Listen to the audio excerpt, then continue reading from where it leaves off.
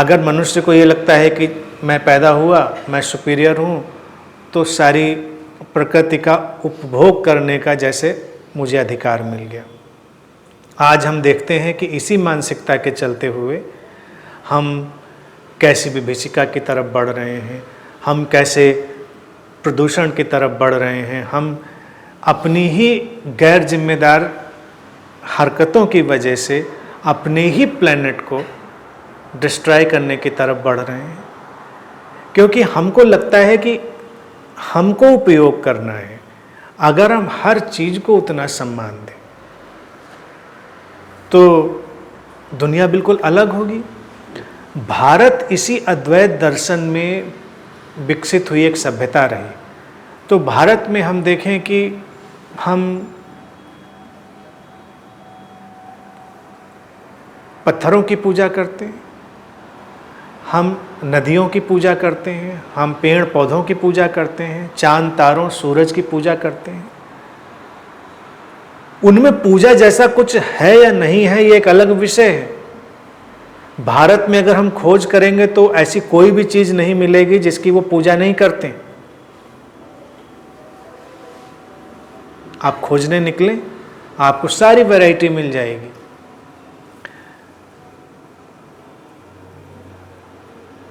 कहना वो बस यही चाहते हैं कि जब वही चेतना किसी भी रूप में अभिव्यक्त हुई है तो वो पूजनीय ही है।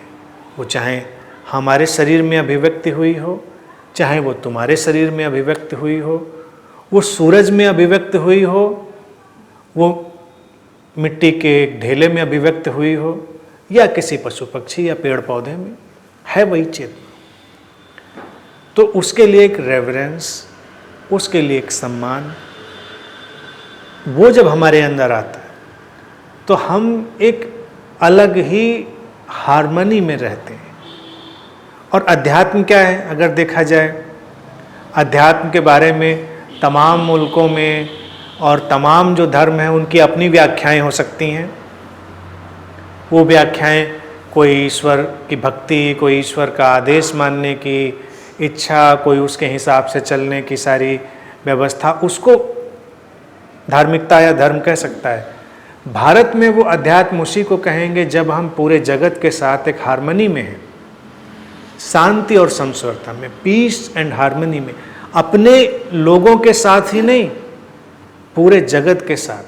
और पूरे जगत के साथ हम पीस एंड हार्मनी में कब होंगे? जब हमारे अंदर एक रिस्पेक्ट, एक रेवरेंस होगा और हमको ये पता होगा कि वो एक ही चीज़ का विस्तार है। ये क्या हमें चौंकाता नहीं है कि भारत में हम नदियों को माँ कहते हैं? जो लोग इन गहराइयों को नहीं समझ पाते, कई बार उनको ये हंसी वाली बातें भी लग सकती हैं कि नदी में कहाँ माँ हो गई। तो अगर हम थोड़ा उसको इनलार्ज करेंगे तो हंसी तो इस पर भी आ सकती है कि जिसने तुमको पैदा किया उसमें भी माँ जैसा क्या है? वो भी एक प्रोडक्शन यूनिट हो सकती है। कल को हो सकता है विज्ञान इतना विकसित हो जाए कि तुम सीधे लैब से डिलीवर हो जाओ घर में, सारी पॉसिबिलिटी है। तो नदी को भी जो माँ कह देते हैं लोग, वो बस इतना ही कह रहे हैं कि एक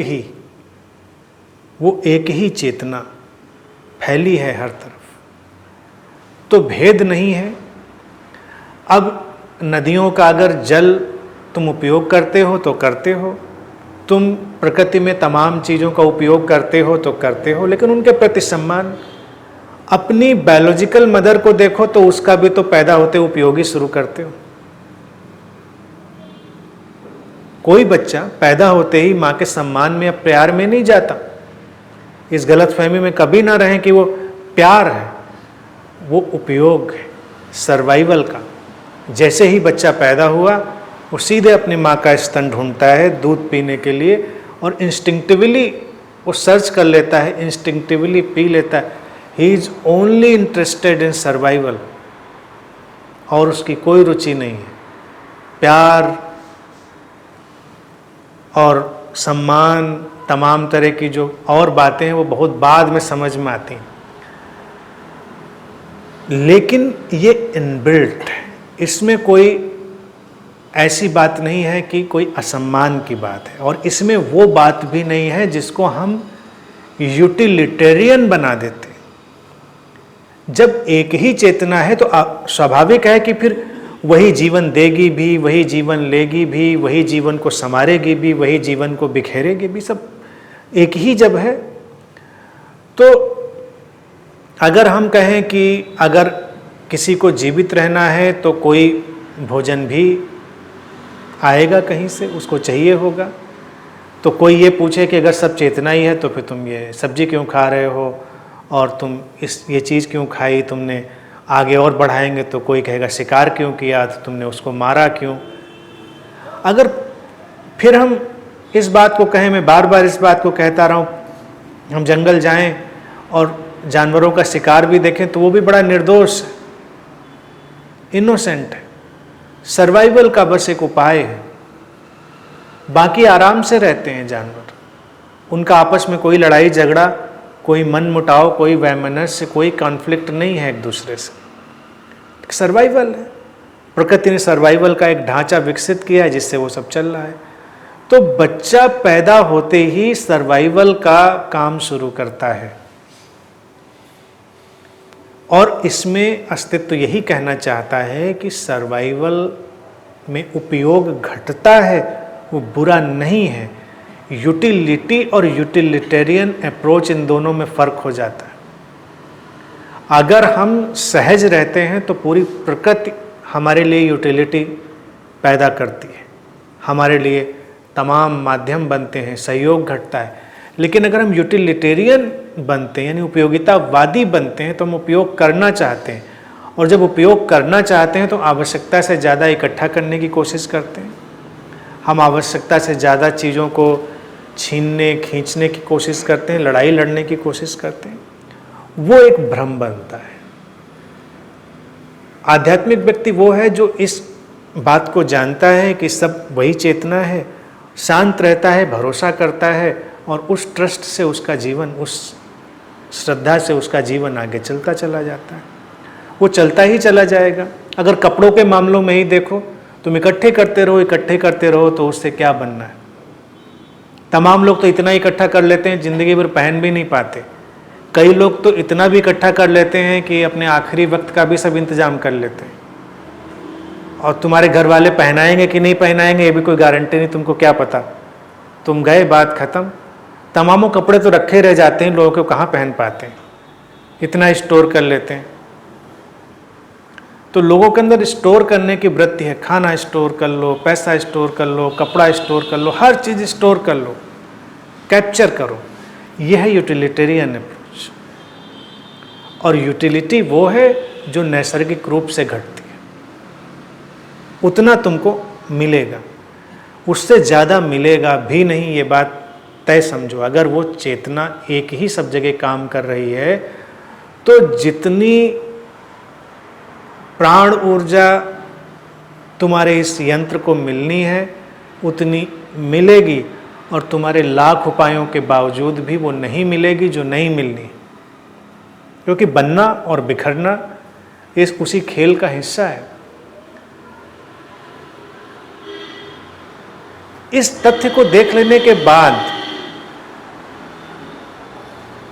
ऑल देयर इज कॉन्शियसनेस, जो है वही चेतना ही है, जो इस सूत्र में जनक कह रहे हैं, फिर कोई उलझन नहीं रह जाती, उलझन की जगह भी नहीं रह जाती। कौन कम आध्यात्मिक है, कौन ज़्यादा आध्यात्मिक है, इसमें भी उलझन नहीं रह जाती। लोगों के अंदर, उनके शरीर मन में जो भेद पैदा हुए हैं उनको लेकर भी कोई अड़चन नहीं रहती, क्योंकि तुम उस भिन्नता को देख पाते हो, तुम उस यात्रा को देख पाते हो, उस विकास को घटता हुआ देख पाते हो, और उसका सम्मान करते हो, भिन्नता का सम्मान करते हो। भिन्नता के सम्मान में जब ये कहा जाता है कि जो जैसा है वैसा है उसको देखो और सम्मान करो, तो लोगों को लगता है ये जैसे एक स्थिर दृष्टि हो गई। ये स्थिर दृष्टि नहीं है। भारतीय दर्शन में जो इंसाइट है वो डायनेमिक है, क्योंकि अस्तित्व ही डायनेमिक है, वो फ्लो कर रहा है। जो आज मूर्ख है विद्वान होने की तरफ बढ़ रहा है, और कौन जाने जो विद्वान है वो भी मूर्ख होने की तरफ बढ़ रहा हो, कोई नहीं जानता। अगर वर्तुल है तो संभव है तमाम ऐसे विद्वान देखे गए जो बाद में मूर्ख हो गए, और तमाम ऐसे मूर्ख देखे गए जो आगे जाके विद्वान हो गए। तमाम ऐसे संतों को तुम देखते हो जो चलते चलते असंत हो गए, और तमाम असंत जो चलते चलते संत हो गए। ये लीला है, ये सर्कल है। इससे घबराना नहीं चाहिए, निंदा भी नहीं करनी चाहिए। और इससे क्या होगा, इससे तुम्हारे पास आएगी इस बात को समझने के बाद वर्तमान में जीने की क्षमता, living in the eternal moment of now. क्योंकि उसी समय तुमको काम करना है। तुमने स्वीकार किया तो तुमने स्टेटस को मेंटेन नहीं किया है कि अब ये ऐसा ही रहेगा, क्योंकि अगले ही क्षण हो सकता है वो बदले। जब बदलेगा तो तुम बदलने के ढंग से व्यवहार करोगे। और अगर तुम्हारे अंदर निंदा हुई तो तुम बदले हुए क्षण में सम्मान नहीं कर पाओगे। अभी मान लीजिए कोई व्यक्ति दुष्ट था, अगले ही क्षण हो सकता है रूपांतरण हो जाए और वो दुष्ट ना रहे। तो ये दृष्टि जो है अद्वैत की, ये उसको वैसे ही स्वीकार करेगी। लेकिन अगर हम स्टैटिक इनसाइट से देखेंगे, स्थिर दृष्टि से, तो पहले वाले व्यक्ति के बदलाव को आगे स्वीकार नहीं करेंगे। हमको लगेगा ऐसा कैसे हो सकता है। सारे घरों में, समाज में यही झगड़ा है। लोगों को यही लगता है कि ऐसे कैसे हो सकता है, तुम ऐसे कैसे बदल सकते हो, तुम्हारे अंदर ऐसे रूपांतरण कैसे आ सकता है। और जो लोग रूपांतरित हो जाते, किसी भी लेवल पर ट्रांसफॉर्म हो जाए, उनके अंदर भी एक प्रॉब्लम पैदा होती है। वो कंपेयर करते हैं जब दूसरों से, तो उनको लगता है कि वो कहीं ज़्यादा अच्छे हो गए, बेहतर हो गए। बेहतर कोई कहीं किसी से नहीं हो गया है, वो बस वैसा हो गया है जैसा उसको होना था। कैसा होना था ये तो कोई नहीं जानता। लेकिन तुम किसी और से बेहतर हो, ये दृष्टि समस्या पैदा करती है, गैर आध्यात्मिक है। यहाँ सब बदलाव में है, सब प्रवाह में है।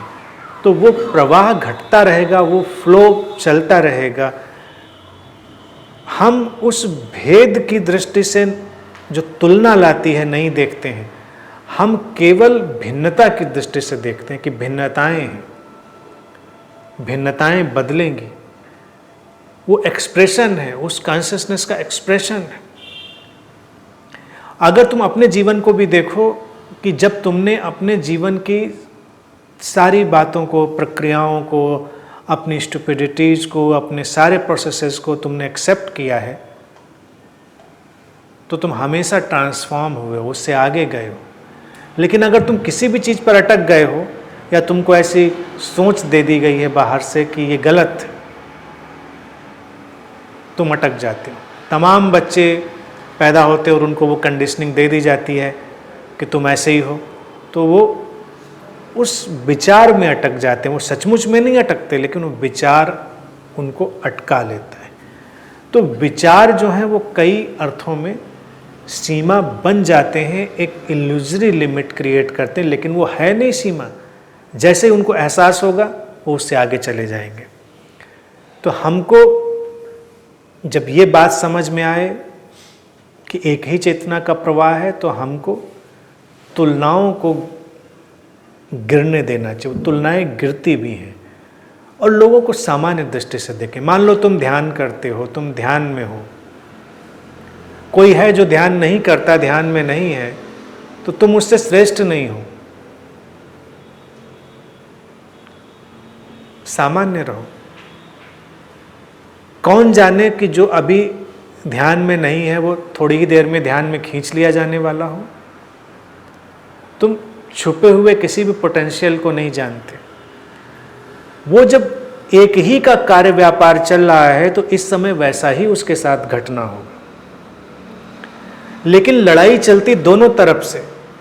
जो गैर ध्यानी है वो ध्यानियों को खींचने की कोशिश करते हैं कि तुम बेवकूफ़ियाँ कर रहे हो, तुमको इससे क्या मिलना, तुम अपना टाइम वेस्ट कर रहे हो। ध्यानी है वो गैर ध्यानियों को खींचने की कोशिश करते हैं, वो कहते हैं तुम क्या बेवकूफ़ियाँ कर रहे हो, तुमको इससे क्या मिलना है, क्या मिला है। दोनों तरफ एक ही मारा मारी। मेरा कहना है कि व्यक्तिगत तौर से व्यक्ति को अपने अंदर ये देखना है कि वो उस शांति और समस्वरता को अनुभव कर रहा है या नहीं, उस पीस और हार्मनी को अनुभव कर रहा है या नहीं। वो कर रहा है तो ठीक है, उसके लिए वही ठीक हो सकता है। तुम कर रहे हो, तुम खुश रहो अगर तुमको लगता है। और तुम अगर अपनी शांति और समस्वरता में हो तो इसका अर्थ ये भी है कि तुम दूसरे को भी शांति और समस्वरता से रहने दोगे, तभी तुम्हारी होगी। वो अब कपड़ा आ जाएगा यहाँ पर, जो धागा है वो वही है कि वो फिर ताना बाना बुनेगा। एक शांति और समस्वरता का ताना बाना ऐसा नहीं हो सकता है कि यहाँ पर तो बुन गया दूसरी जगह नहीं। तो अगर किसी को ये समझ में आ जाता है कि मेरी जो पीस हार्मनी है बहुत अच्छी है, आवश्यक है और मैं उसको अनुभव कर रहा हूँ, तो वो तुरंत ही दूसरे के लिए भी वही देखने लगता है, समझने लगता है, जानने लगता है। उसको खंडित नहीं करता, उसके लिए वो कोई बाधा नहीं डालता और जीवन सहजता से चलने लगता है। तो आध्यात्मिक व्यक्ति तो वही है जिसका अपना जीवन सहजता से चल रहा है। वो जहाँ बैठ जाए, जहाँ खड़ा हो जाए, जहाँ वो रह जाए, वहाँ का जीवन सहजता से चलने लगे, बहने लगे सब कुछ। लेकिन होता उल्टा है। एक आध्यात्मिक व्यक्ति कहीं अगर बैठ जाए या रह जाए तो जो सहजता पहले से बनी हो वो भी उलट पुलट हो जाती है, सब तितर बितर हो जाता है मामला, बहुत अफरा तफरी हो जाती है। तुम कल्पना करो तुम्हारे घर में कोई महात्मा आ जाए, तुम्हारे घर में कितनी अफरा तफरी होगी। तुमने कभी शायद उतना ना देखा हो। आजकल तो जैसे तमाम पशु पक्षी एक्सटिंक्ट हो रहे हैं, तो ऐसे ही महात्मा लोग भी एक्सटिंक्ट होने की तरफ हैं, उतने नहीं पाए जाते हैं। पहले के वक्त में हर गांव, कस्बा, मोहल्ला आते जाते महात्मा लोग दिख जाते थे। साधु सन्यासी महात्मा लोग आ रहे हैं, जा रहे हैं, घरों में भी उनका स्वागत सत्कार हो रहा है। शहरों में तो बहुत ही कम, गांव कस्बों में फिर भी थोड़ा बहुत दिख जाता है। और शहरों में महात्मा आते हैं तो थोड़ा ज़्यादा लाव लश्कर के साथ आते हैं, बहुत व्यवस्था के साथ आते हैं। लेकिन मैं जैसे छोटे कस्बे में था तो, और मेरे घर में महात्माओं का आना जाना भी बहुत था, तो मैंने देखा है उनके आने से बहुत तितर बितर होता है माहौल। मेरे घर में एक दंडी स्वामी आते थे, तो वो जब भी आते थे मेरे ही कमरे में रुकते थे, रुकाया जाता था, मतलब वही उनके लिए उचित पड़ता होगा शायद, या उनके लिए वो ठीक लगता होगा। तो जब भी वो आते थे मेरा सब कपड़ा लत्ता, बस्ता, कॉपी सब बांध कर कमरे के बाहर रख दिया जाता था।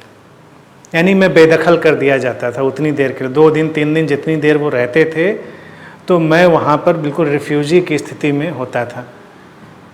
महात्मा जी हैं, दंडी स्वामी हैं, तो दंडी स्वामी हैं तो उनकी अपनी व्यवस्था है, उनका खान पान, उनका रहन सहन सब अपनी तरह का है। तो ये सब एक प्रोजेक्टेड महात्मापन है, आध्यात्मिकता है।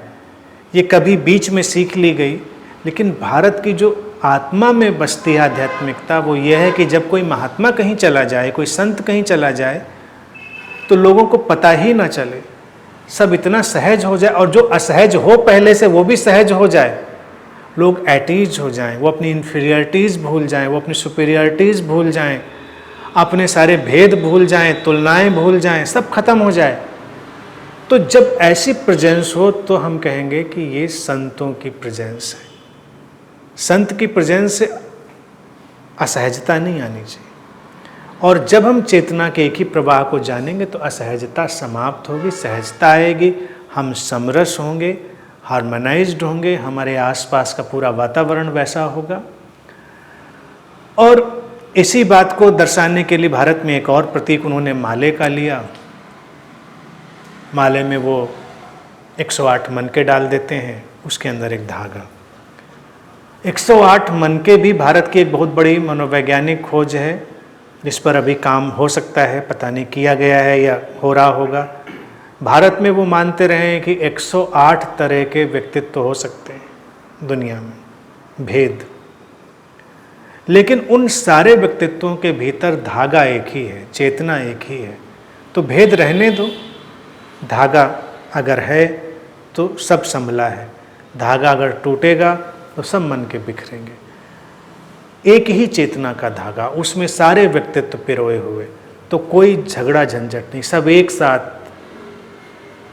उस समरसता में, उस हार्मनी में रह रहे।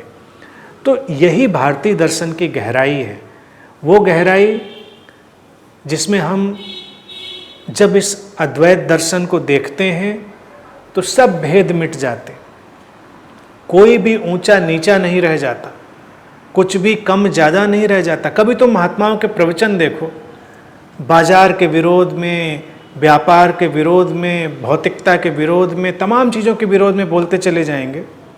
उनसे पूछो कि चलो सब हटा देते हैं, अगर यही अच्छा है कि लोग मंदिर में बैठकर भजन करें, आश्रमों में बैठकर ध्यान साधना करें, तो सब हटा देते हैं, तो क्या बचेगा? बाजार की ज़रूरत है हमारे जीवन में, इसलिए बाजार है, व्यापार की ज़रूरत है इसलिए है, उसका होना भी जरूरी है। जो भी जरूरी है सब कुछ है। यहाँ एक ही रंग नहीं हो सकता कि एक ही रंग बहुत अच्छा है, सारे रंग बहुत अच्छे हैं, सब कुछ होगा। लेकिन उसमें से हम जो प्रोजेक्टेड मेंटालिटीज़ हैं उनको निकाल सकते हैं। यानी कि व्यापार भी क्या है? व्यापार एक व्यवस्था है जो शोषण रहित हो सकती है, जो हेल्दी हो सकती है, बहुत ही स्वस्थ हो सकती है। लेकिन अभी हम वैसा इनलाइटेंड समाज नहीं बना पाए हैं जहाँ पर वो उस ढंग से विकसित हो, जहाँ पर सबको बराबर मौके मिले, लोगों को आगे बढ़ने के अवसर मिले। वो बनेगा तब सबको सबकी आवश्यकता रहेगी। और इसी बाजार की मानसिकता ने जब आश्रम बनाए थे तो क्या उन्होंने आश्रमों को उससे दूर रखा था, या धार्मिक व्यवस्थाओं को? जैसे व्यापार में भेदभाव था वैसे धार्मिकता में भेदभाव था कि तमाम लोग तमाम तरह का अध्ययन नहीं कर सकते, तमाम लोग तमाम तरह की साधनाएं नहीं कर सकते, तमाम लोगों के पास जैसे कुछ राज है, कुछ मिस्ट्री है। अष्टावक्र के जनक के संवाद में अष्टावक्र और जनक ने सारे रहस्य खोलकर सामने रख दिए, कुछ भी छुपाया ही नहीं है, कुछ भी छुपा हुआ नहीं है, सब ओपन है, अल्टीमेट ट्रुथ बिल्कुल सामने है। और यहाँ मेरा भी काम यही है कि जो अल्टीमेट ट्रुथ है, जो अल्टीमेट रियलिटी है, उसको सबके लिए सामने रख दिया जाए। बस सहज है, सुलभ है, जो जिसको मिलना है मिल जाएगा, कोई उसमें अड़चन नहीं। अध्यात्म के बाजार में जाओ, तुम्हें तमाम तरह के हीलिंग पैकेज, तमाम तरह के इनलाइटनमेंट के पैकेज मिलेंगे, और जैसे जैसे तुम उनकी डिग्री आगे बढ़ाओगे और उनकी मोटी फीसेज तुम दोगे, तुम्हें शायद लगता होगा बड़ी कम फीसेज होती हैं, वो कई लाखों में फीसें पहुंचती हैं, तमाम ऐसे पैकेज चल रहे हैं। और वो तुमको क्लेम करेंगे कि वो अगले वाले कोर्स में उनके पास कुछ ऐसा राज है, ऐसा सीक्रेट है, वो तब बताएंगे। अभी अब जब तुम कर लेते हो तुमको लगता है कि अच्छा, इसमें ऐसा तो कोई राज वाली बात नहीं थी, ये बात तो हमको पता थी पहले, घुमा फिरा के उसको थोड़े अच्छे पैकिंग में तुमको तुम्हारे सामने रखा गया। ये सब बेवकूफ़ियाँ हैं। भारत ने कभी उनको प्रश्रय नहीं दिया, इसीलिए भारत ने कोई हीलिंग सिस्टम डेवलप नहीं किया, कोई पैकेज डेवलप नहीं किया। यहाँ हमने कोई भी इस तरह की व्यवस्था डेवलप नहीं करी, क्योंकि जो अल्टीमेट है वो सबके लिए सामने रखा हुआ है, सर्व सुलभ है सबके लिए। तो ये जनक और अष्टावक्र का संवाद अल्टीमेट ट्रूथ है, इसके आगे कुछ भी नहीं है। इतना समझ लें तो आगे समझने के लिए कुछ भी नहीं है, कुछ भी छुपा हुआ नहीं है। जब भी व्यक्ति कुछ छुपाने की कोशिश करता है वो चालबाजियां शुरू करता है। तो यहाँ कोई चालबाजी नहीं है जनक अष्टावक्र के संवाद में, और भारत के किसी भी दर्शन में सब तुम देखोगे सामने तुम्हारे रखा हुआ है। फिर भी तुम देखोगे कि लोग वही ग्रहण करते हैं जो उस चेतना की लीला में संभव होता है, वही भिन्नता है।